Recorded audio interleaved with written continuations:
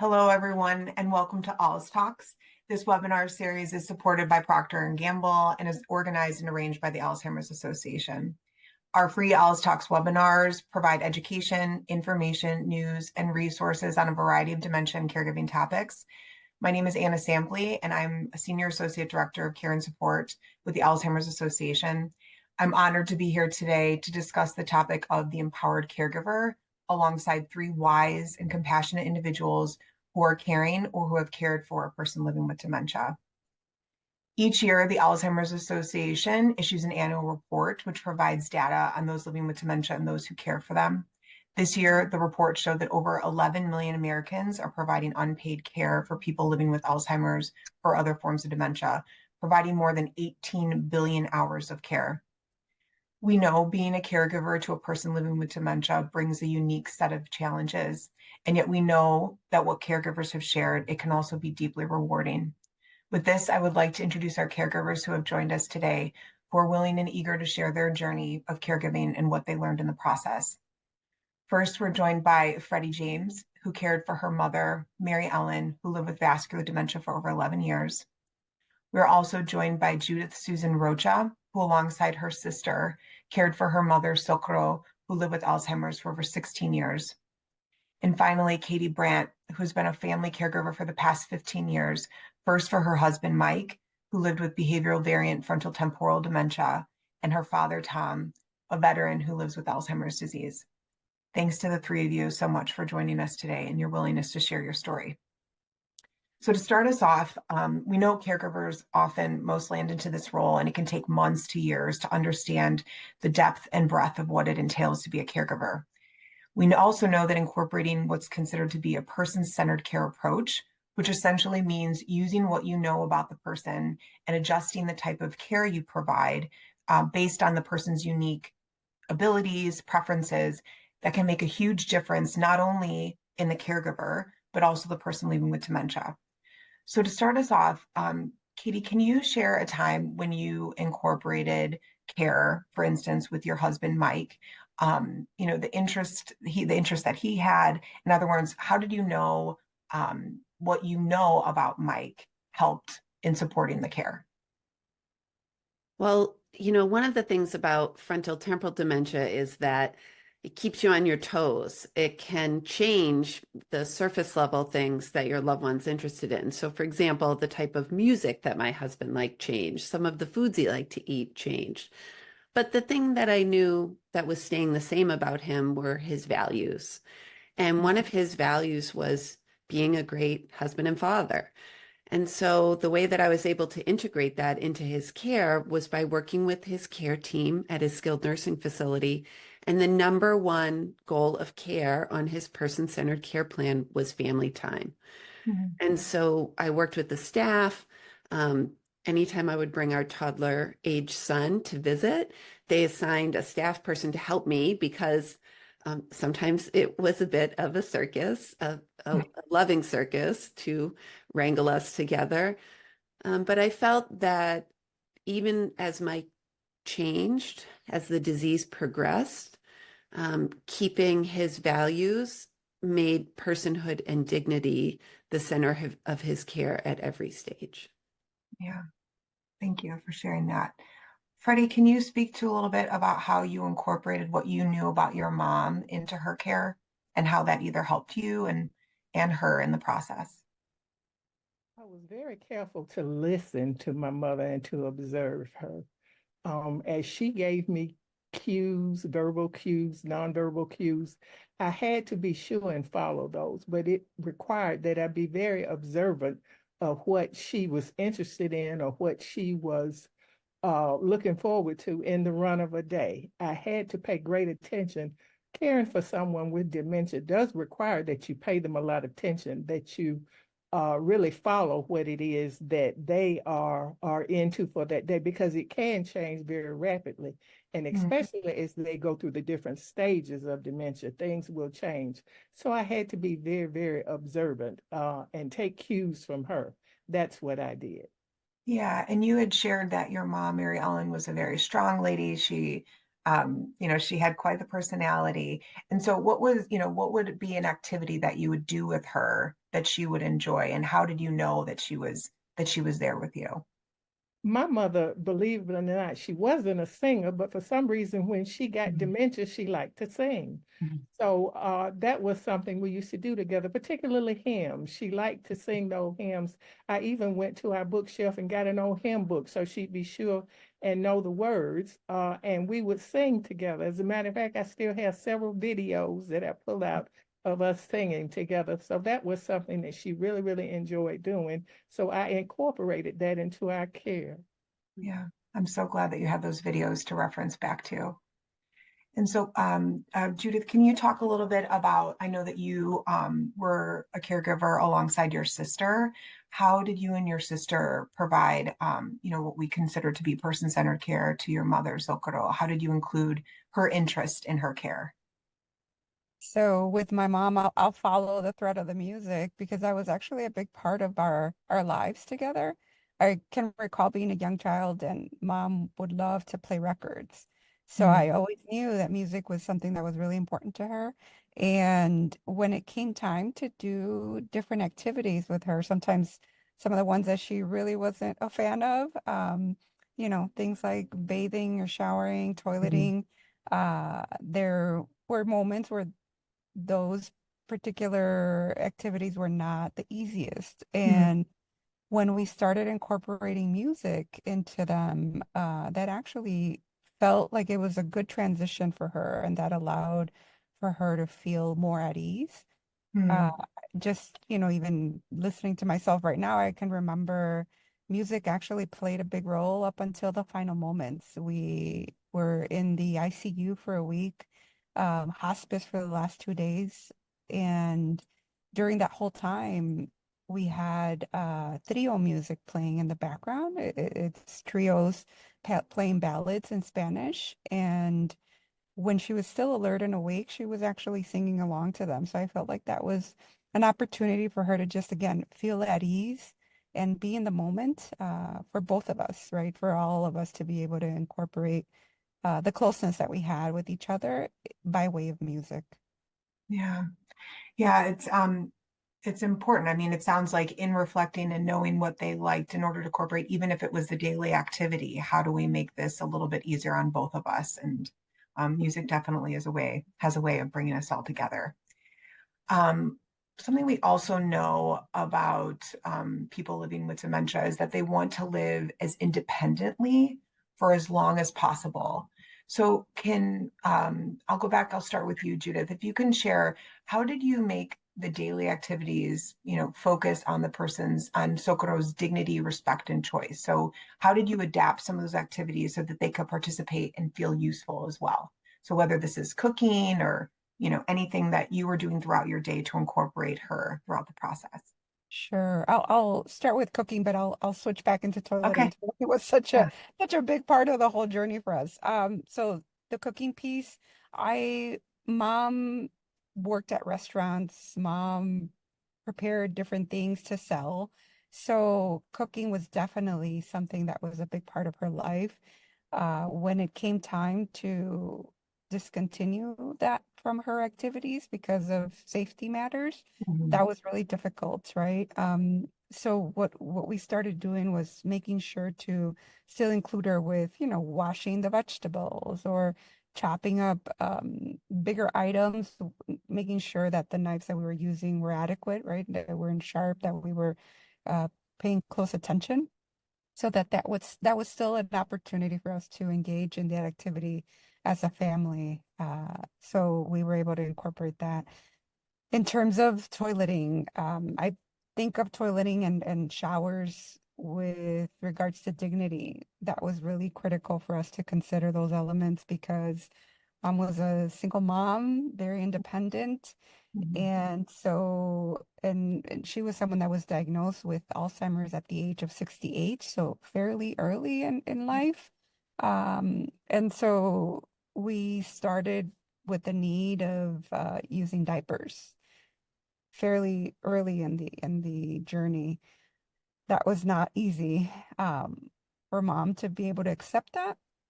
And so we talked in different ways to her, right? Of just having her feel fresh, having her feel dry.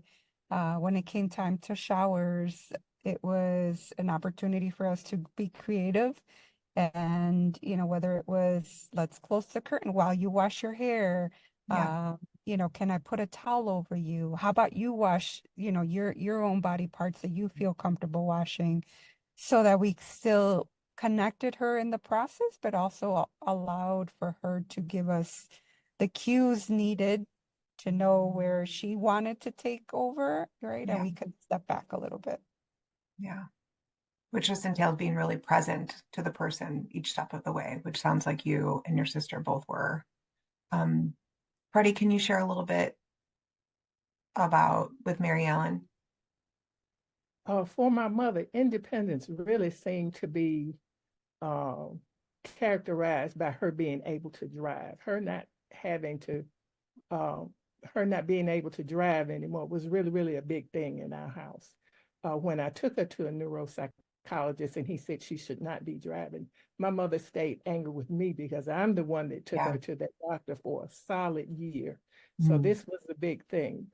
But I remember one of the things that I used to do to try to encourage her and to let her know, I understand that independence really is a big thing. Was take her to the mall. My mother loved the mall. She said all her friends were there. They were the salespeople, by the way.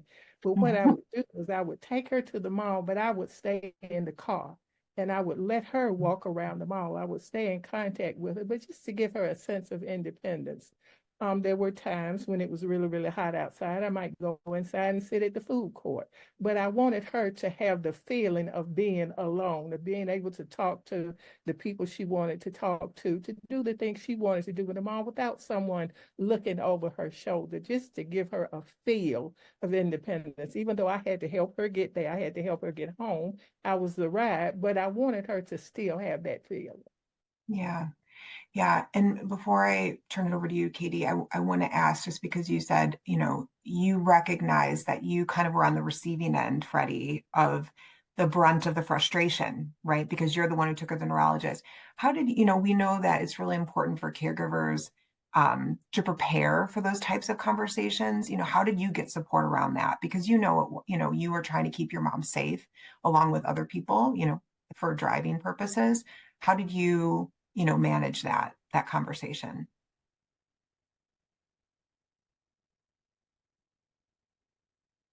Can you hear me, Freddie? Oh, I'm sorry. I Oh, thought you were that's okay. talking to Katie. I'm sorry. No, Katie, that's okay. Yeah. sound alike.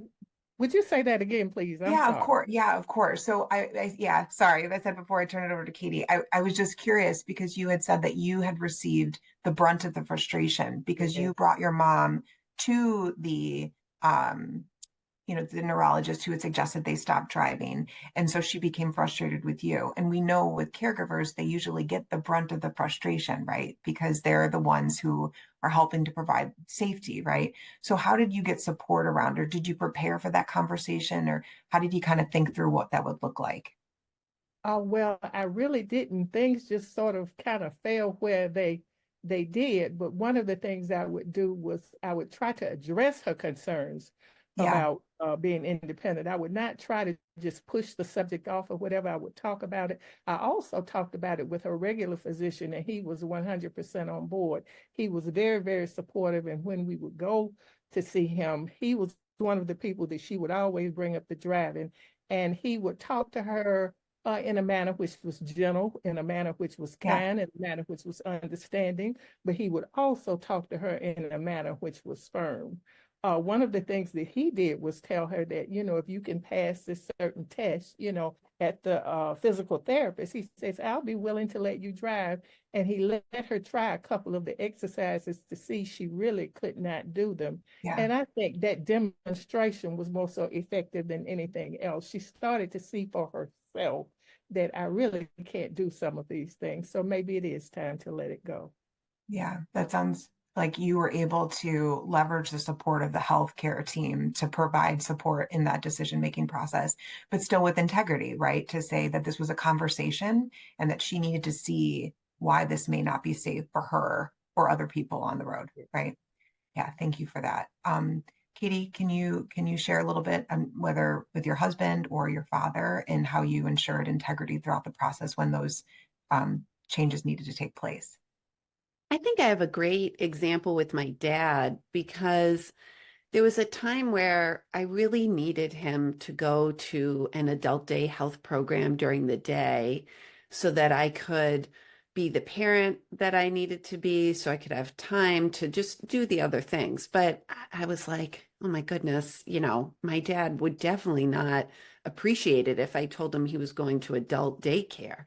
Yeah. But I also saw that dad had real abilities to help.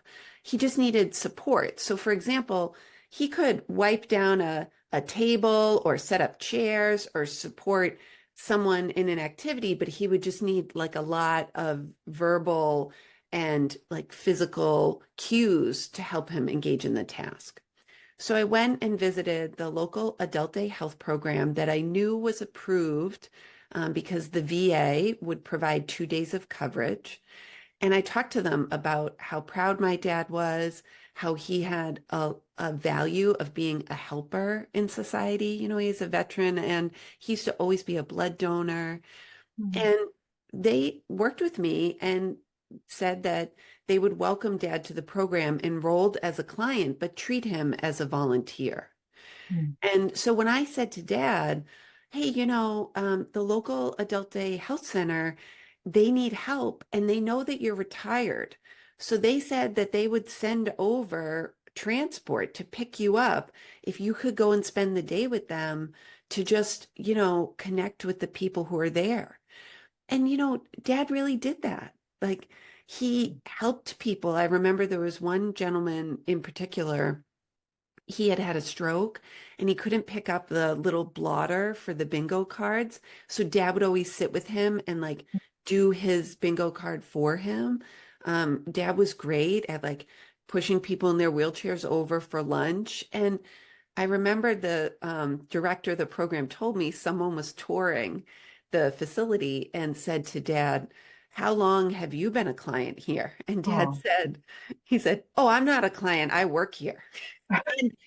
And and the staff said, that's right. Tom is one of our best volunteers. Yeah. He really Yeah. was. He did have things to contribute, but he needed support to make those contributions. So it's just such a beautiful example of how I was able to partner with the staff Yeah.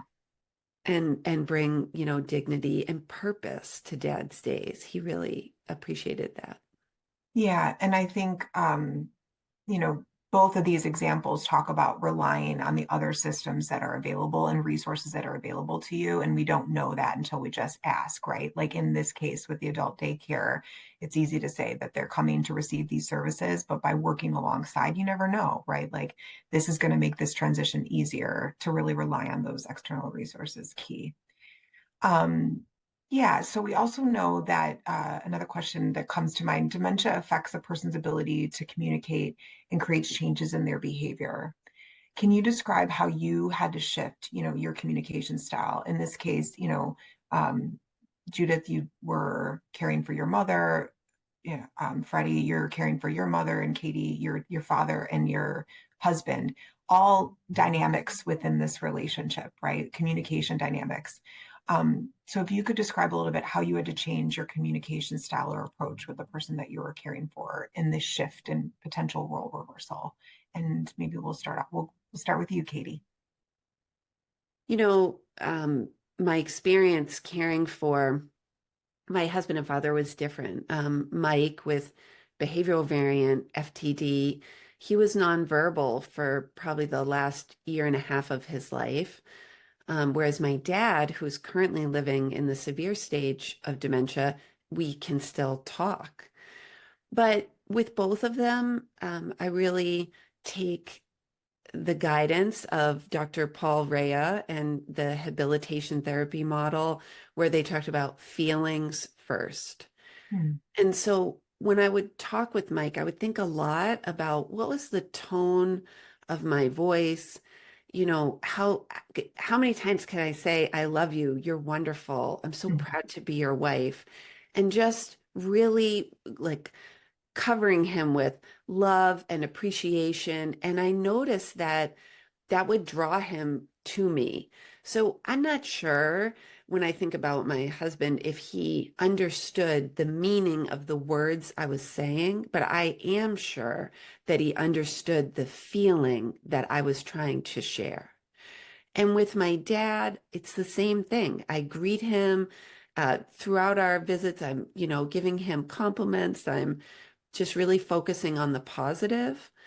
And I think also in any opportunity, giving him some autonomy. So with my language with him, say I want him to eat more lunch, right? Mm. The food is in front of him.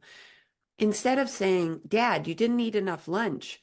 I need you to eat more. I'll say, Dad, here's the lemon meringue pie that you ordered. You were really looking forward to this. And then inevitably he'll say, oh, yeah, okay, I was. And he might take a few bites because I just try to make the language centered on him and centered on being positive.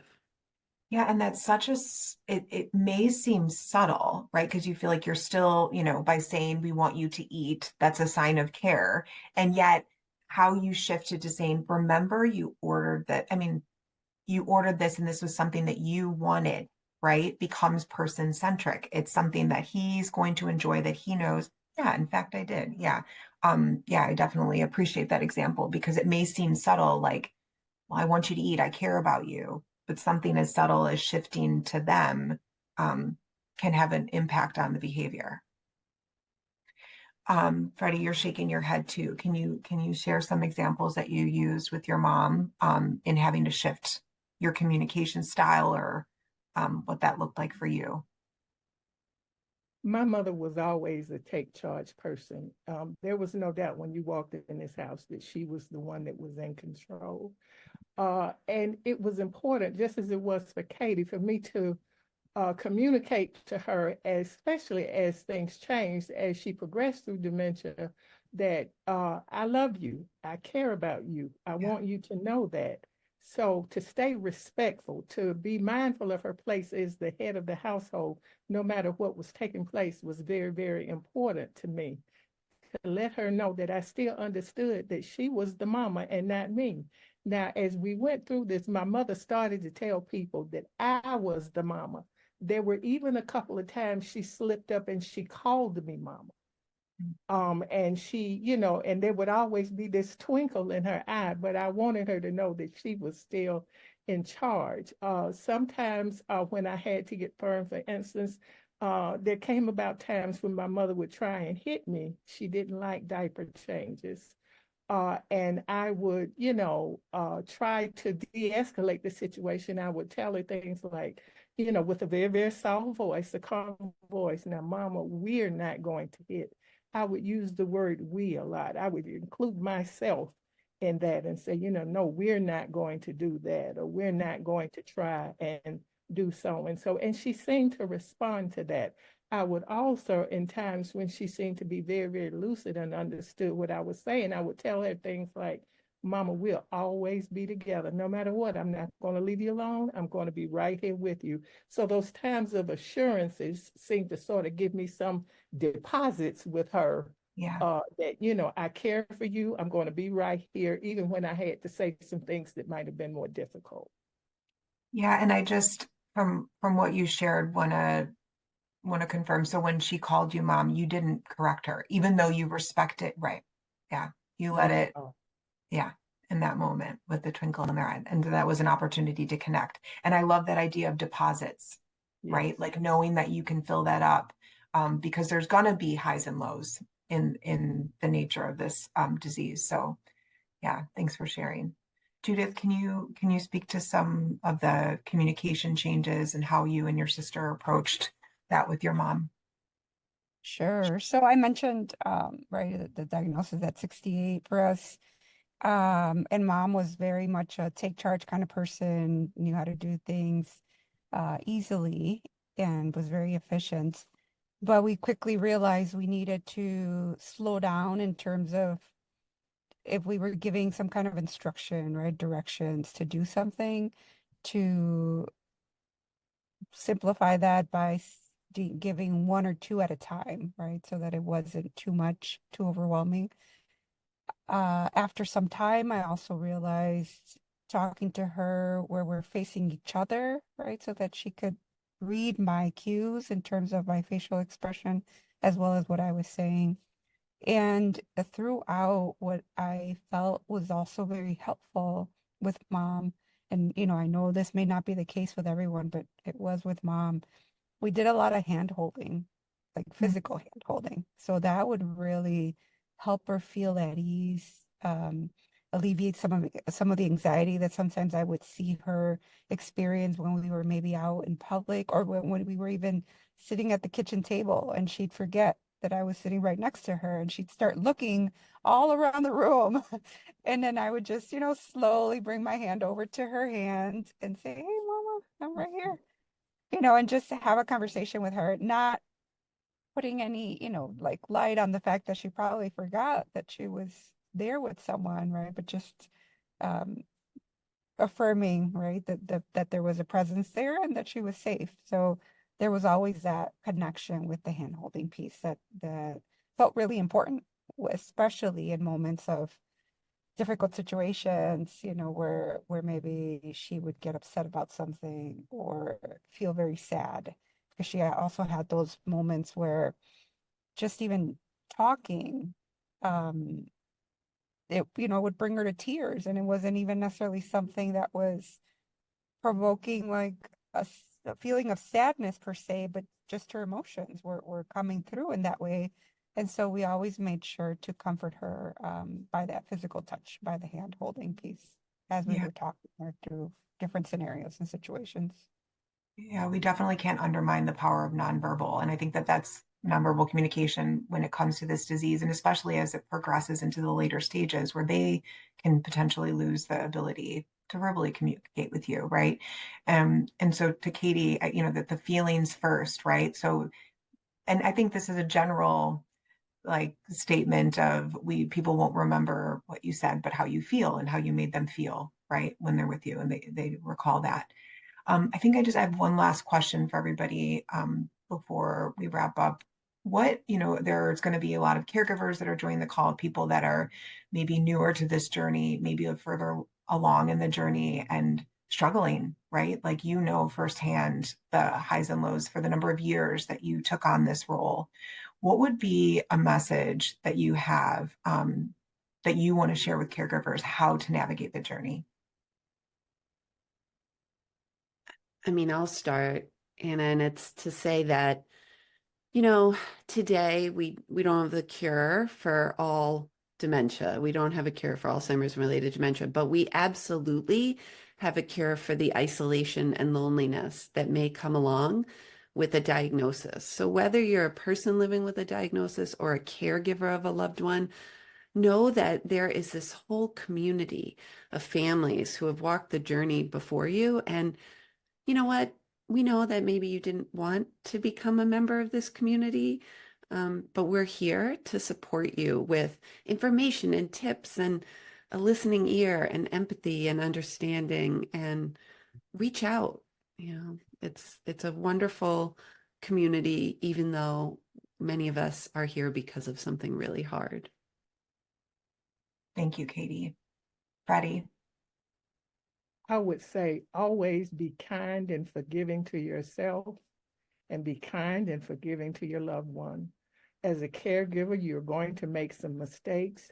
Never ever condemn yourself. Always be willing to forgive yourself and move forward. Be willing to push forward no matter what happens. Don't ruminate on the past. Don't concentrate on the past. Try to learn what you can from what you're going through. Learn what you can, as Judith said, as Katie said, excuse me, about what you've been through, the community around you, and try to keep pushing forward. Thank you, Freddie. Judith. Sure. So I have come across a lot of families that feel really heartbroken when other family members aren't necessarily coming into the journey in the same way in terms of the support. And so I'd like to say, whether they are or they're not, I really ask that folks try to open their hearts and their mind to the closeness that they will actually experience with people that have been on this journey, regardless of any kind of familial ties, right? So really know that you can rely on other individuals and be trusting of others, even if it's not someone that's blood related to you, right? So that there isn't any, I guess, feelings of expectation that create even more stress for the journey that you're embarking in, because there's a lot to navigate already. Yeah. Very powerful messages and so true. I think again, no one hopes to land in this position, and yet when you are, just knowing that there's support, whether familial or non-familiar, there's a huge community out there waiting. Thank you to the three of you so much for sharing. As far as the Alzheimer's Association and so providing even more support around the Empowered Caregiver, we are launching a program called the Empowered Caregiver in the coming months, and this will be available in communities nationwide. This education topic series teaches caregivers how to navigate the responsibilities of caring for someone living with dementia. So topics include a lot of what our guests have described here today, understanding the key aspects of caregiving, what it means to support independence, communicating effectively, and responding to those dementia-related behaviors, along with exploring care and support services. Katie mentioned reaching out to adult daycare services, but also getting connected to support groups to make sure that caregivers themselves are taking care of themselves. So you can find out more information by visiting our community resource finder at www.communityresourcefinder.org, or you can always call our helpline at 1-800-272-3900. If you have any additional questions or are looking for resources, please feel free to email us at alztalks@alz.org. Thank you for joining today, and thank you again for sharing your wisdom as caregivers and for honoring your loved ones. Thank you, Anna. Thank you all.